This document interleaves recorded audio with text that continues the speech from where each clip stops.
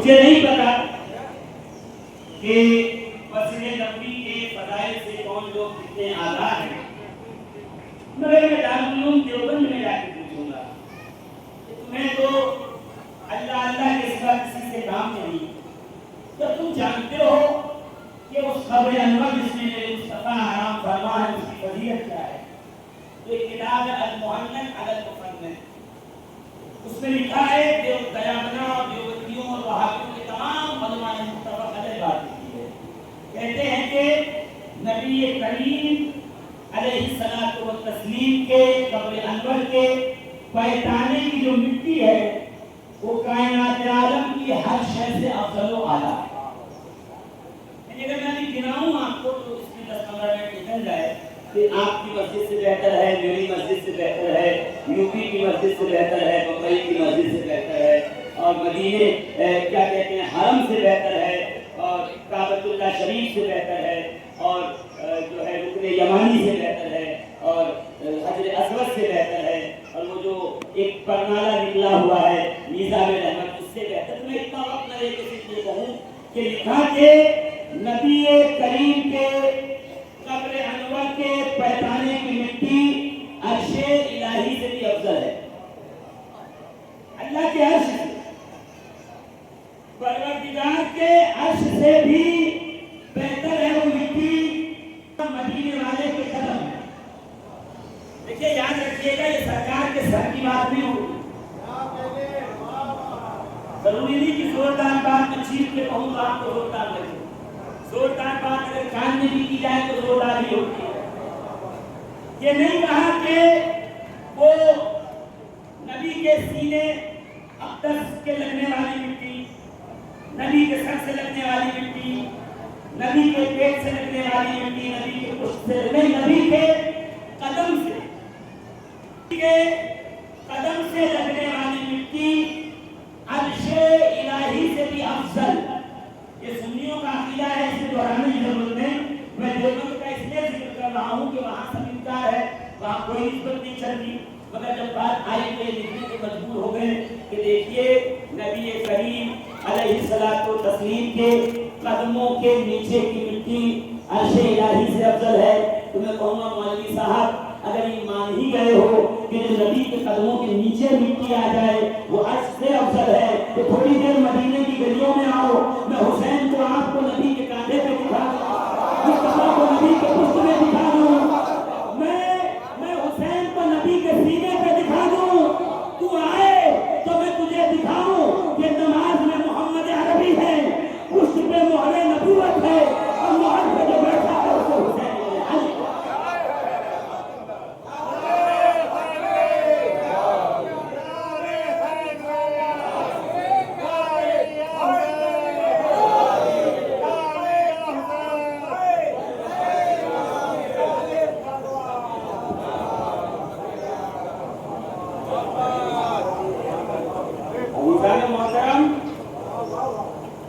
کون کیا تیاری کرتا ہے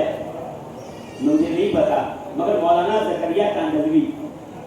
دیکھیے یہ وہ باتیں بتا رہا ہوں جو اگر آپ اپنے پلوں میں باندھ کے لے جائیں گے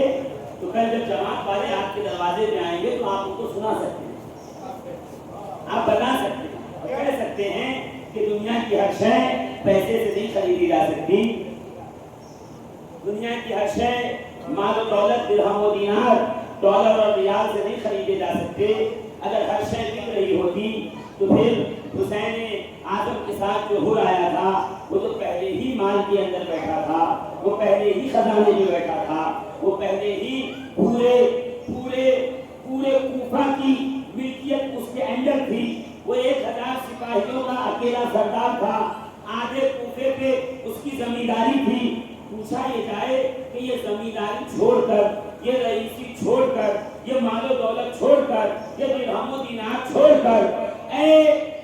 اور تو یہاں کیا لینے آیا ہے؟ تو وہ یہی کہے گا کہ وہاں درہم و دینار تو تھا، جنت کی ضمانت نہ تھی، زہرا کے لال نے جنت کی ضمانت دے کے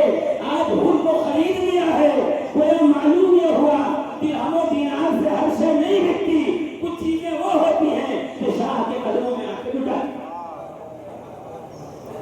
عزیزان محترم، مولانا زکریا کاندھلوی جن کی کتاب فضائل اعمال پورے دیوبند میں بڑی مشہور ہے اور وہی ان کا نصاب ہے اور اسی نصاب سے پڑھا جاتا ہے. زکریا کاندھلوی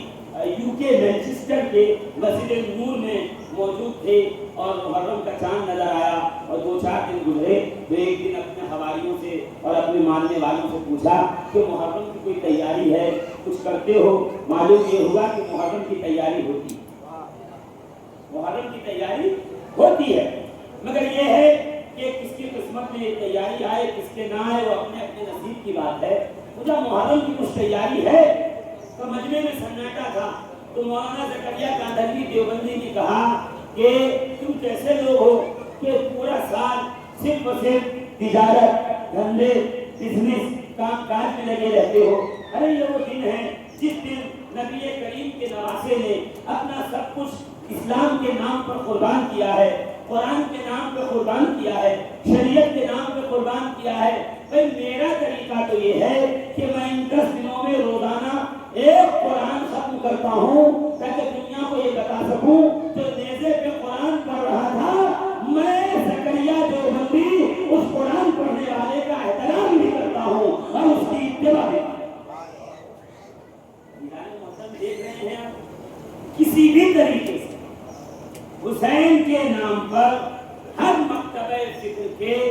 بڑوں نے اپنا کچھ نہ کچھ حصہ دیا ہے اور اپنی غلامی کا ثبوت پیش کیا. بگاڑ بعد میں آیا, ٹھیک ہے, جو نہیں سمجھ پا رہے ہیں وہ شاید اگلے جملے کو سمجھ جائیں کہ بگاڑ بعد میں آیا کہ ان کو 90% کربلا جھوٹ لگنے لگی. بگاڑ بعد میں آیا